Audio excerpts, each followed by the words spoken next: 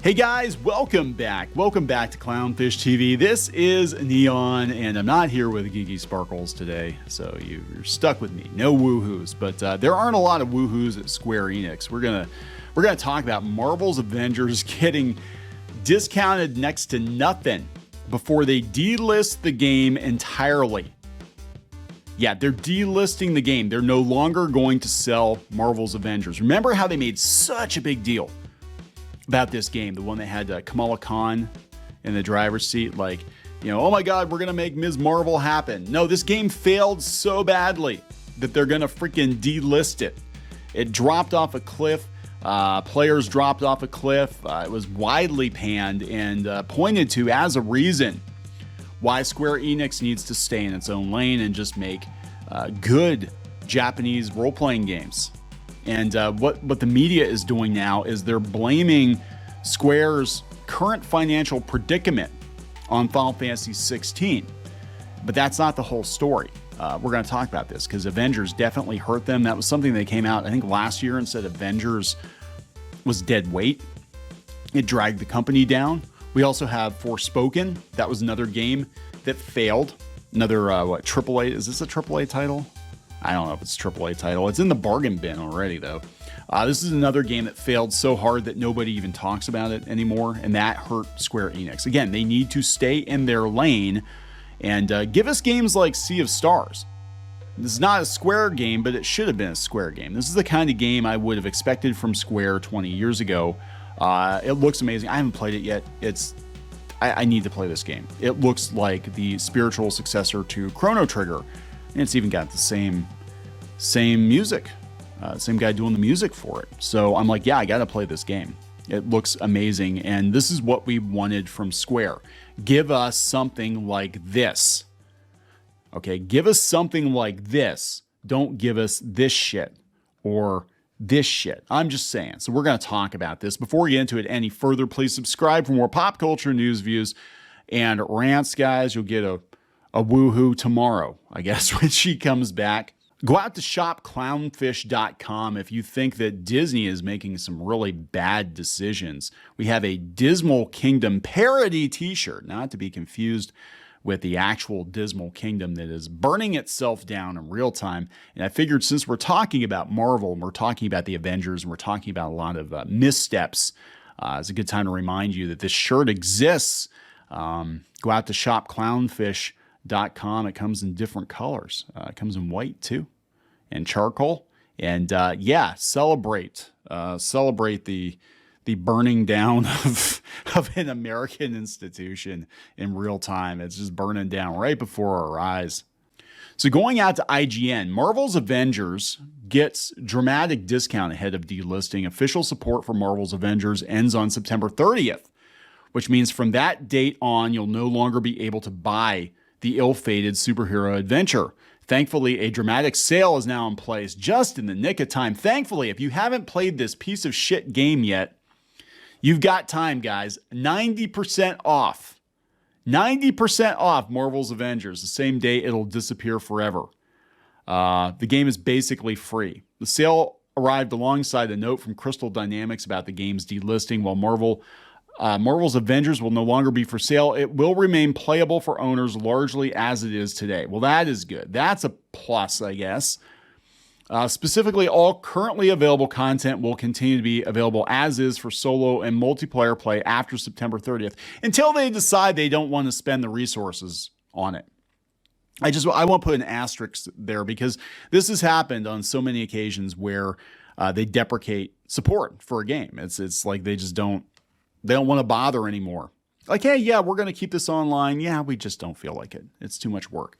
If you own the game, it will remain in your game library for download and reinstallation after that date. Even limited time events like the Red Room Takeover will continue to run after September 30th on a 2-week rotation. Again, until they feel like they don't want to do it anymore. Reoccurring mission chains, events, and rewards will continue to refresh on the cadences they always have. Crystal Dynamics explained all operations and the War for Wakanda expansion. Did anybody play this stuff? Like, I don't remember any talk about this game after, like, 2 weeks after it came out, other than it's failing hard. The War for Wakanda expansion will continue to be playable as they are now. Support for Marvel's Avengers ends on September 30th, which means no customer support and no more updates. Thank you to all of our players for joining us on these adventures and letting us tell our stories with Kamala. They put her first. Kamala Khan, Bruce, Tony, Steve, Nat, Thor, Clint, Kate, T'Challa, Pete, Jane, and Bucky. For anyone who hasn't joined us yet, we hope you'll jump on this final chance to join Earth's mightiest heroes alongside your friends. How many millions of dollars did they dump into this game? Remember, good isn't a thing you are, it's a thing you do. Well, they should have made the game good. It's only been out for what, like 2 or 3 years? And they're already done with it? Got its final patch in March, just under 3 years after the game came out. It made many of the game's cosmetics more accessible, et cetera, et cetera. IGN gave it a 6 out of 10. A lot of people not happy with this game. And this is credited by Square as being one of the biggest blunders in company history, right alongside the first Final Fantasy movie, Spirits Within. It's a huge blunder. And that's when Square stopped being Squaresoft and became Square-Enix. They merged with Enix. It was a huge, huge mistake. They basically Icarus themselves. They're like, you know what? We're doing pretty good at making video games. Lots of people like Final Fantasy VII. So let's make a Final Fantasy movie and not have any connection whatsoever to the Final Fantasy games. Isn't that a great idea? That's a fantastic idea. Yeah, I think let's dump millions and millions of dollars into a movie that has nothing to do with the Final Fantasy video games. That is going to be such a great use of company resources. But yeah, again, it's not just Marvel. It's a series of misfires. Forspoken. This is coming from the gamer. Forspoken failed so hard that even Square Enix doesn't care anymore. They don't. They folded Luminous Productions back into the company. It was a one and done. According to the gamer, they said they feel bad. They feel bad for the team who spent years toiling away in a game whose creative vision was inherently flawed from the start and how it tried so desperately to capture a global demographic I'm not sure even exists. Yeah, it was a huge failure, a massive freaking failure. And again, like, what the hell was Square thinking? So now we're taking the long way around. But now the media is trying to blame Final Fantasy 16. Now, Final Fantasy 16 came out, got mixed reactions. It's very different from the other Final Fantasy games. My son actually played through it, beat it, said he liked it, but he's like, it feels like it should have been a spin-off and not a mainline Final Fantasy entry. Like, it's a good action RPG, but it's not like a main Final Fantasy. And I'm thinking back in the day how, when Square used to do more than garbage like Forsaken and Marvel's Avengers and then just rehash every damn Final Fantasy game forever. Back when they used to make new games, they had Vagrant Story. And Vagrant Story technically takes place in a Final Fantasy world. It takes place in Ivalice, but it is definitely its own thing. And I never would have considered that a mainline Final Fantasy game. It was a fantastic. I love it. God, I love Vagrant Story. It's so good. That one needs to come back on Switch or something. But it makes me sad because I look at Sea of Stars and I'm like, Square would have put like 5 or 6 games of this quality out every year. They did. I remember in, 99 or 2000, they had the Summer of Adventure. I think it was maybe 2000. And they had like 3 pretty good games. They had Vagrant Story. I think they had Threads of Fate, which is another one that does not get nearly enough love, Dew Prism. And I don't know if Front Mission 3 came out that year. And Chrono Cross came out that year, and that one did get a reissue. So, of course, they reissue Chrono Cross, but they won't give us a proper sequel. And then I think Final Fantasy IX came out that fall. So they had like 5 or 6 solid RPGs come out that year. And they were different franchises. It wasn't like we're just going to keep beating the Final Fantasy drum over and over and over again. But here we are. Now it takes them like freaking 10 years to put a new Final Fantasy game out. And God, what a mess. But this comes from Fandom Wire. Many consider Final Fantasy 16 a return to form for the series, but after a new report, there are some beginning to believe Square Enix may have just suffered an incremental loss due to the title. I don't think that's it. I think it's everything leading up to this. And the fact they made it PS5 exclusive or PlayStation exclusive. I think that is a huge problem because not enough people had PlayStation 5, for this game. It sold 3 million units both digitally and physically in its launch week. Final Fantasy 16 may have been one of the most divisive launches of the year. Square-Enix long-running franchise was built around turn-based party combat. With Final Fantasy 16, the focus shifted to action combat with little to no control over your party. Yeah, I didn't really... That I'm not into. Like, again, I think that would be fine for a spin-off, but I think the mainline Final Fantasy games need to be like true RPGs. That's my personal opinion. You know, you don't have to agree with it. And yeah, they can change it up a little bit. I mean, look at how different 12 was from other Final Fantasy games, but like at its core, it was still based on tabletop role-playing. And I think that, you know, if you wanted Kingdom Hearts, you play Kingdom Hearts. I'm just saying. And I'm not saying it's a bad game. I'll be clear about that. From what I've seen of it, it looks absolutely incredible. I haven't had time to play it, but I just don't think it warrants being a mainline Final Fantasy title. This, coupled with the fact the game is still only available on PS5, has led some to speculation on the title and Square Enix's subsequent success. They said, yeah, Square faces nearly $2 billion drop in value since the release of Final Fantasy 16. See other huge mistakes the company has made prior to this. A new report by Bloomberg suggests that despite being a success on its own, Final Fantasy 16 wasn't able to pull in enough profit to make up for the poor performance of their other flops, Marvel's Avengers and Forspoken. See, that's why I had to cover those other two games before getting to the punchline. The game also didn't manage to make up for the losses of mobile games such as Echoes of Mana, which were shut down soon after launch. Don't make mobile games. Don't make Forspoken. Don't make Marvel's Avengers. Just make solid RPGs. You don't even have to make a AAA title to get attention in sales. This is a 2D sprite-based game done with a very small team, and it's getting rave reviews and rave sales. Sea of Stars should have been a Square product. It could have been a Square product. I wonder if they approached them. That would have been interesting if they did and say, hey, you guys want to publish this? And you're like, no, we only do AAA titles now.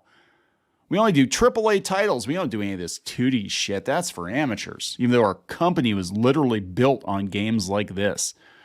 According to current and former Square Enix employees, producers were given a lot of control over the direction of projects. The company has recently shifted its focus to more big-budget blockbusters while keeping the lower-budget games on the sidelines. Again, you don't have to spend $200 million to make a profitable, well-received game. Look at the games that the kids are playing these days. Among Us, Minecraft, right? This is like one guy. Vampire Survivors. I'm playing a lot of Vampire Survivors. Again, Skeleton Crew, small game. It's the game that matters. I think people are over the AAA sheen. You know, hell, even, you know, compare Starfield to No Man's Sky. You know, you don't have to have freaking, like, I think they got spoiled by Final Fantasy VII, and they're kind of falling in the same trap they fell into with the Final Fantasy movie, where they're like, the visuals are the most important thing. We got to have the bestest visuals out there. Doesn't really matter if the game is ass. It doesn't really matter if you know, it costs too damn much. It doesn't. It's the game has to look really good, because that's what people expect from Square now. They expect everything to look like a movie, everything to be very well polished. I'm like, yeah, your game can look pretty and still be shit to play. You know, I'd rather have a game that doesn't look as good, that goes back to the core of what Square was. Get the Gooch, call him back up. Have him come in, fix it, you know? Pull him out of retirement or whatever. Like, you guys don't know what the hell you're doing. This new decision comes from the new CEO, Takashi Kiryu, who wishes to make a bigger impact on the company's net income. Good luck. A source close to IGN said the new CEO is changing things up across the company globally. Some believe the company still lacks a clear vision. Yes, what is Square Enix now? It used to be the RPG factory. Like, you made the best role-playing games on the market consistently good franchises and new franchises. It wasn't just Final Fantasy. They experimented with some other franchises, and those franchises are getting outsourced now, like Front Mission, some other companies making remakes. You know, and it should be Square. Many are blaming Final Fantasy 16 for the company's underwhelming sales, but the blame is misplaced. Not only did the game perform well critically, it was quite a commercial success, all things considered. Yeah, it was only on PS5. which compared to older gen consoles still doesn't have that many units sold across the world. Square has previously said it also considers the game a success, and the title sold 3 million units in its first week. Sales were extremely strong. Despite this, many fans and news sites have flocked online to bash the game. Some are rightfully defending the title as well as critiquing Square Enix's over-reliance on the franchise to improve its financial situation. Yeah, everything's Final Fantasy now. You remember Saga Frontier? No, of course you don't. Remember Dew Prism? Of course you don't. Yeah, the Mana games, they tried milking those too. But like they used to always have new franchises. They would do sequels to some, but they would always have new stuff. And that is not the case now. And the stuff that they had was sure as hell not freaking Forspoken. This should have been a Square game. This could have been a Square game. Square could be making games like this. But again, they're chasing the AAA chuck wagon. Square has to stop relying on Final Fantasy to hold its company up. I agree with that. I mean, it should be a core franchise of the company, but they just keep reissuing older games again and again and again and again. How many times can you buy Final Fantasy 1? How many times can you buy Final Fantasy 6? As excellent as the game is. Now they're going back to Final Fantasy 7. Now Final Fantasy 7 is going to be the cash cow, which admittedly the next Final Fantasy VII remake, was it Rebirth, actually looks a lot better than the first one. But like, you can only go back to that well so many times. We're not going to get another Final Fantasy VII because they're just stuck on the ones that were huge hits for them. It's unclear which direction Square will go after this loss. It definitely seems as though they'll be relying a lot on the Final Fantasy IP for years to come. Well, they can do that, but they need to supplement it with other games, and they're just not doing that. Or the games that they're picking, the ones that they're choosing to supplement their Final Fantasy income with, are trash. They're trash games. What the hell are you doing? What the hell are you doing? So I think we're going to see Square get gobbled up. There were rumors that Sony was going to buy him out at some point, and I have to wonder because this is not sustainable. These losses are not sustainable long term. But there it is, guys. Very sad to see this company in the state it's in. But like every company I grew up loving, most of them in really poor shape. I mean, Konami is another one. They outsource everything now. They just want to make pachinko machines or whatever the hell they're doing. It's sad. It's really sad to see. I'm going to wrap this one up. Please subscribe for more pop culture news, views, and rants. We'll talk later. Help support the channel. Go to thereef.support and get early access to podcasts, videos, and other content. That's thereef.support.